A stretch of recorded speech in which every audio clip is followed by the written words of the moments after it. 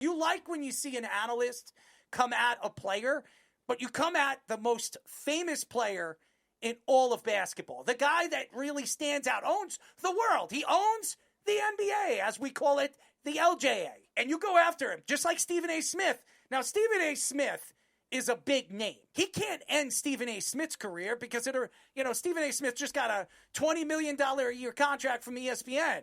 So his career is set in stone. But Brian Windhorst, his stone might be out with the NBA because here's the facts right now. LeBron James has his own podcast, and what LeBron James says usually means it has some kind of truth in the NBA affairs, okay? So if LeBron James says it, a lot of players would back him up. Kevin Durant, Steph Curry, they all have a love fest for LeBron James. He is the leader, the man when it comes to the NBA. But here's the thing. When Steve Nash, who's a quiet guy, very respected, not just by NBA players, but even analysts, when he's coming at Windhorst and saying these things, there might be some truth to it. Now, when an analyst comes at a player, you got to make sure that you have facts. You got to make sure that there has to be factual information that you're going to put out there. Because if you don't, the player is going to eat you up alive. Stephen A. Smith, he stood there and took it from LeBron James. He took it, and he went at LeBron James. As a matter of fact, LeBron James are butt buddies. So is Kevin Durant. What did Stephen A. Smith do after LeBron? He went after Kevin Durant.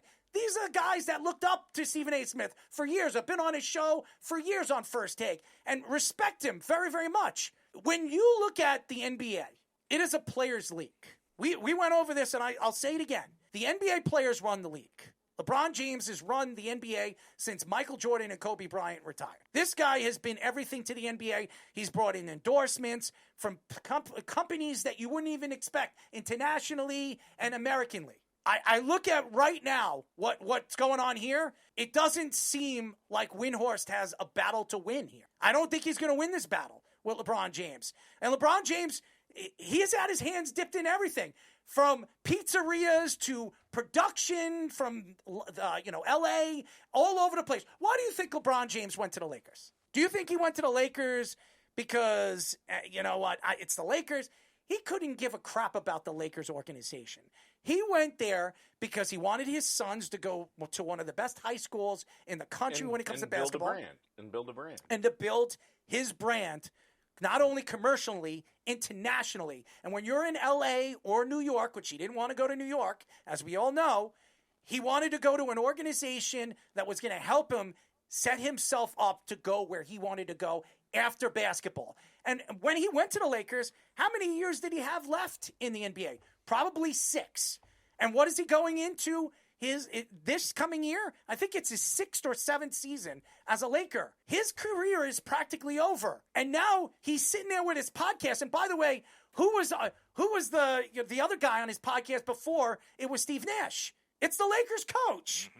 So JJ Redick, he was part of that Mind. What's the show called? I'm sorry. Mind the Game. Mind the Game. He was attacking so many different analysts and former players that have been opening their mouth. And I got to give a shout out to a guy that's been on this show, Tim Hardaway. Tim Hardaway doesn't shy away from some of these young NBA players and stars when they come out and they speak publicly about the league and how they think they could have fit in the 90s type of basketball. And Tim Hardaway actually said on our show, Anthony Edwards would have never lasted in the game in the 90s. And he said LeBron James is built for 90s basketball, but he said LeBron James would be the only one that would have been built to play 90s basketball in this day of game, this day of age when it comes to the NBA. The first time he was on the show, he ripped Ja Morant and said the same thing. Yeah, he's pretty straightforward. And a lot of these ex-NBA players, Patrick Ewing's been on a couple of podcasts. Charles Oakley was just on a podcast,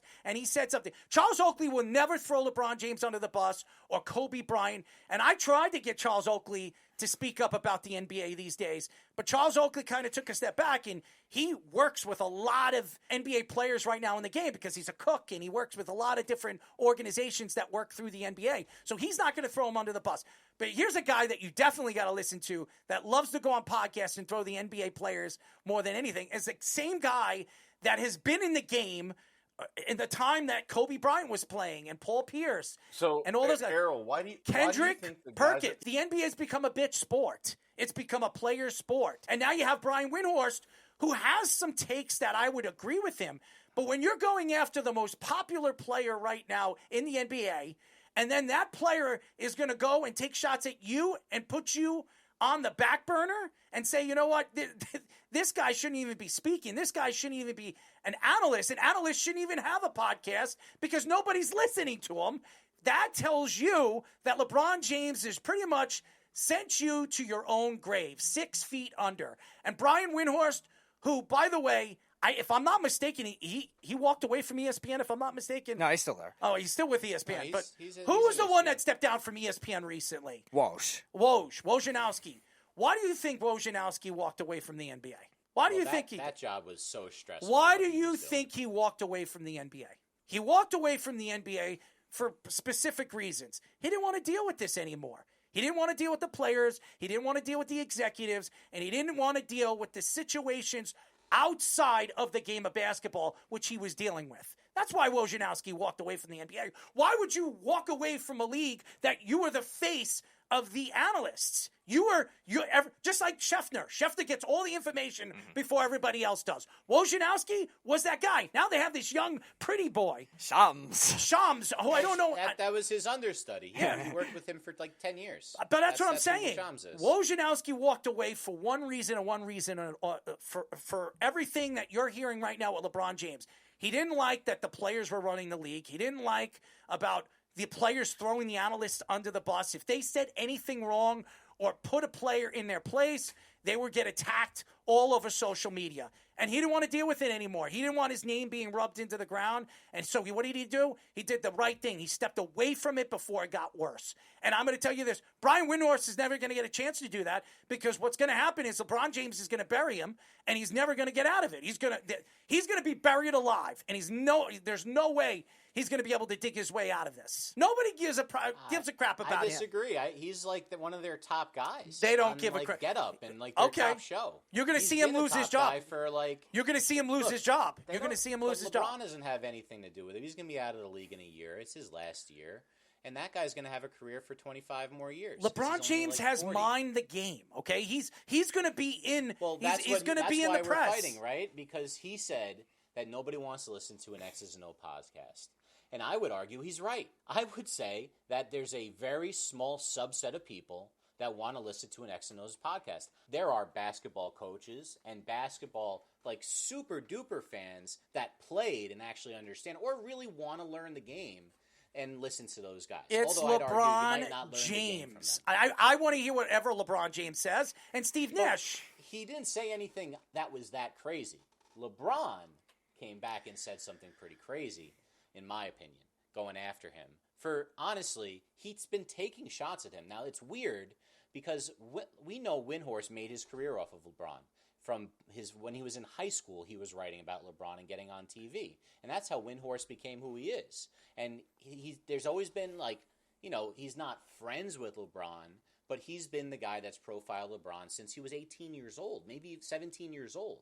But Fish, too, what do you think, too, and Errol and Speedy, you can do this, too. Where do you think that plays a part, the social media aspect of it? Because now it's more prevalent, right? It's also ESPN has been LeBron's network since 2010. You said it best, Fish. LeBron giveth, and he'll take it away. And that's what he's going to do. I think he's losing power, though. No, you're out of your mind. No, he's not. You're out of your mind. Where do you get this? How do you think that? Not for the LJA. He doesn't even have his own team anymore. It doesn't matter. Yes, he does. He has the Lakers. He runs that organization. How do you think? It's going to be Luka's team. Right now, it's LeBron James. Luka does not have GM power. You're going to love it because when LeBron James, if they don't win, it's going to be ugly. When LeBron James walks away, yes, it's Luka's team. But guess what? When all these guys have their own podcasts, he's going to be center stage when he walks away from the game because he's going to make money off his podcast. Look what the Kelceys are doing right now. they're both going to walk away from the game. And there's still going to be voices for the NFL because they have their own show. They just got $100 million. What do you think Mind the Game's going to get when he walks away from Kelsey showed up to the meeting about the tush push. Yes. And he was the one that made the difference. Yeah, I'm telling you right now, LeBron James is going nowhere from the game. As a matter of fact, I think it's going to open up these podcasts and the way you can analyze things. These are going to open up avenues for these guys when they walk away from the game. You're going to have Chris Paul. You're going to have all these guys have their own. Yeah, Carmelo Anthony has his own podcast. They're all Jalen. Draymond Green already does. For you to come out, want to run a team. Stop. A president or why does he have to? Why does he have to right now? Well, that would be the thing a guy like that does, not run a podcast. When you have $2 billion, he could do both. You buy teams. He could do both. JJ Redick was trying to do it during the season. You're saying, why would he? But you're telling me that this now you're telling me. But this is the problem, Fish. You're actually coming out and you're telling me right now that he's losing control. He is not losing control. He is the LJA, LeBron James Association. He has everybody's voices coming through him, and he speaks for the players. Though he lashes out at Windhorst. Don't speak about him. I'm going to do power, it. I don't give a shit what LeBron says about me. You're punching down at this guy. This guy's just a reporter, and he's got a lot of attention. It's not like he's coming after your son like Stephen A. Smith. It's not. LeBron's been a little out of pocket this season. Let's face it. It's been a little bit more in your face with the media than he's ever been. It's a little different now that he's 40, now that his son's, nepotistic. His son's playing with him, too. His son's in the league with him. Like we just said with our previous story, right? With the father and son playing together or coaching with each other. Yeah. With the help of Rich Paul. Here's how you're saying LeBron James is losing it. Oh, yeah, it's just averaging 24, 7, and 8. He's basketball-wise losing it. He's not losing nothing. As like the top guy. Do you think he's a top 15 guy in the league? I think this is planned. I think LeBron James knows that what he is doing right now in the social media market. He's not stupid. He's not stupid. No. He knows what he's doing, and he's coming out there attacking people because it's going to benefit him. He is going to be in the tabloids. What did he do last year when they got eliminated from Denver and they got swept? What did he do? Oh, I'll tell you what he did. After they got eliminated, just to take all the shine away from the Nuggets, 2 years ago, he said, you know what? This might be my last year. I think I might be right. I have the clip right here. I was waiting for you to say there it is. He goes, I don't even really know. That was this year. It wasn't last year. No, I'm talking about 2 when years ago. they made the finals, when the Nuggets won the championship. Did he say I don't have to answer that or something like that? And by the way, he opted in, which I said he was going to do. So, but you know what he did? He went to the ESPY Awards when everybody was doubting that he was going to come back. Him and his family went up there, and his wife and his 2 sons and his daughter were up there and saying, he's the greatest basketball player of all time. Meanwhile, everybody knows who the greatest basketball player of all time is Michael Jordan. But he went out there, and his wife says, when you married to the greatest basketball player of all time. Yeah, keep going to those Diddy parties, buddy. Keep going over there and hanging out with Diddy. That would be perfect for your who you are and acknowledge who you are as a person. I don't want to hear it. LeBron James is who he is, and if I'm Brian Windhorst, I disagree with you. I stay away from attacking LeBron James or even saying anything about LeBron James because once you get put in that box is going to be buried. And once he gets buried, so will he. He is not Stephen A. Smith, and I don't care what you say, ESPN. He's not even Wojnarowski. Brian Windhorst is a fat ass. That's what he is. No offense, Brian. If you want to come on the show, I'd go back and forth with you. I don't even really think you know as much as you think you know about the NBA. I don't like Brian Windhorst, honestly, as an analyst. I respect him. He's gone so far. But like you just said, Fish, you said it best. LeBron gave him his career, and he could take it away. And if LeBron James wants to take it away, he will. That's it. Period. It's tough, though, right? Like, he didn't do anything wrong in his rise. In your right? eyes, You're you didn't. You're a journalist. You follow the story. The story in Akron, Ohio in 2002 was LeBron James, and he stayed with it, and he became that guy. He's branched out and done other stuff, and you're right. It's not like he knows the X's and O's. I'm sure he knows a little basketball, right? I'm sure he does.